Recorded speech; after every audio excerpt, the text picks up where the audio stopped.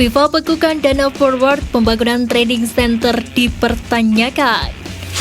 Nasib apes menimpa pemain naturalisasi Indonesia saat tampil di klubnya. Indra Syafri coret 11 pemain dari Timnas U22. Nama-nama besar tereliminasi.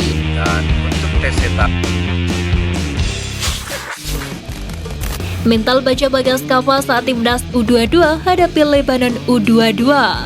Timnas Indonesia U22 akan melakukan laga uji coba jelang SEA Games 2023 menghadapi Lebanon.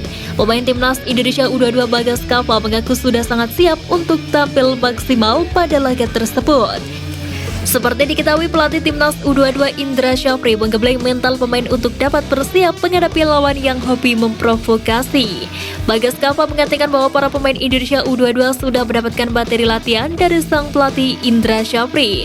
Pemain PS Barito Putra tersebut pun siap memberikan yang terbaik di laga uji coba nanti. Nasib apes menimpa pemain naturalisasi Indonesia saat tampil di klubnya. Nama Sin Patinama masuk dalam starting 11. Pemain yang hingga saat ini belum menjalani debut bersama Timnas Indonesia dipercaya pelatih untuk mengisi posisi bek kanan. Penampilannya pun cukup impresif, terbukti pada babak pertama tidak ada gol yang bersarang di gawang Viking FK. Namun di babak kedua Viking FK mendapatkan nasib apes di mana harus kebobolan pada menit ke-58 lewat Andrian Pereira. Pemain naturalisasi Indonesia Sin Patinama mengalami nasib kurang mujur. Ia diganjar kartu merah saat di timnya Viking FK kalah dari Rosenborg. Indra Syafri coret 11 pemain dari Timnas U22. Nama-nama besar tereliminasi.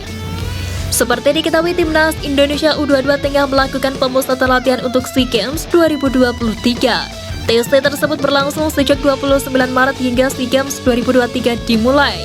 Pelatih Timnas Indonesia U22 Indra Syafri mencoret 11 pemain dari pemusatan latihan.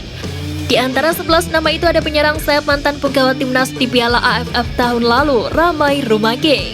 Selain Rumaki, ada juga nama-nama tenar seperti Brave Patari dan juga pemain keturunan Seyada Kastale yang ikut dicoret. FIFA bekukan dana forward pembangunan training center dipertanyakan. FIFA memberikan sanksi membekukan dana FIFA Forward untuk PSSI. Lantas bagaimana nasib pembangunan training center Timnas Indonesia yang rencananya dibangun menggunakan dana dari FIFA?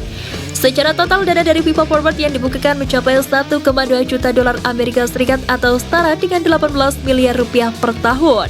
Dana tersebut rencananya akan dipakai untuk program-program yang dilakukan oleh PSSI. Salah satunya adalah membangun TLC Timnas Indonesia. Meskipun Timnas Indonesia masih bisa berlaga di turnamen internasional, sanksi yang dijatuhkan FIFA baru-baru ini terhitung berat bagi PSSI. Federasi perlu memutar otak menjalankan program-program yang sudah direncanakan tanpa adanya bantuan dana dari FIFA. Pengamat strategi kerja keras Erick Thohir sebagai ketum PSSI. Batalnya gelaran Piala Dunia U20 2023 di Indonesia tentu membuat reputasi Erick sebagai ketum PSSI terpuruk.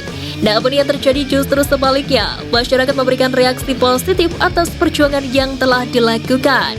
Seperti yang diketahui, Erick menemui FIFA sebanyak 2 kali, di mana pada pertemuan pertama berjuang agar Indonesia tetap menggelar Piala Dunia U20 2023. Dan pertemuan kedua berjuang agar FIFA tidak memberi sanksi berat usai dicabutnya status Indonesia sebagai tuan rumah ajang bergengsi tersebut. Masyarakat juga menilai itu dan saya sependapat, hanya saja pemerintah tidak bisa mengontrol aksi politisi-politisi kita menyangkut soal isu penolakan Israel, kata Kesit Handoyo. Timnas U22 wajib waspada, Kamboja bisa menjadi pesaing yang diperhitungkan. Timnas Indonesia U22 wajib waspada dengan Kamboja yang akan menjadi lawan di fase grup cabur sepak bola SEA Games 2023. Tim asuhan Keisuke Honda telah mempersiapkan timnya dengan sangat serius. Kamboja merupakan tuan rumah SEA Games 2023. Mereka pun berusaha keras agar sukses meraih prestasi di depan publik sendiri. Maka dari itu, Keisuke Honda melakukan persiapan matang. Bahkan Kamboja punya program unggulan dalam persiapkan tim sebelum fase grup SEA Games 2023.